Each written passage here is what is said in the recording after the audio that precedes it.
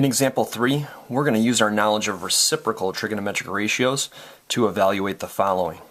We're given that tangent of theta is root 5 over 17, and we're wondering what the cotangent of theta is.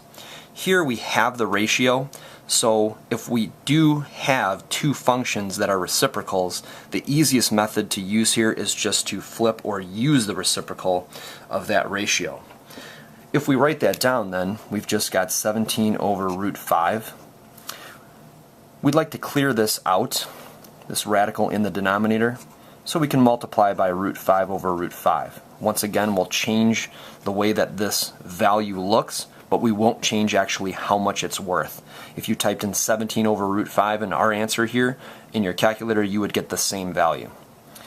So this is going to be 17 root 5 over root 5 times root 5, which is just 5. If you multiplied this underneath, you'd get 25, and the square root of 25 is just 5. So anytime you multiply two square roots that have the same radicand, which is a fancy math word for the value or the number underneath the radical sign, you'll wind up with just whatever that value is. We don't have anything to do here with the 17 and the 5. 17 is a prime number, so is 5, so we can't simplify this outside fraction here.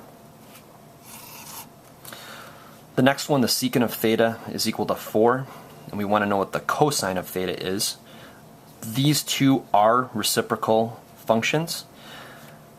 We don't have a ratio here, that at least that's what it looks like on the surface, but we actually do.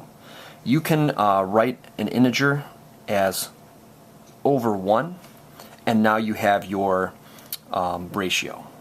So we can just take 4 over 1 and then flip it, or use the reciprocal here for the cosine, and that's just 1 over 4. Kind of tricky at first there. Just write that over 1 and it might make better sense to you.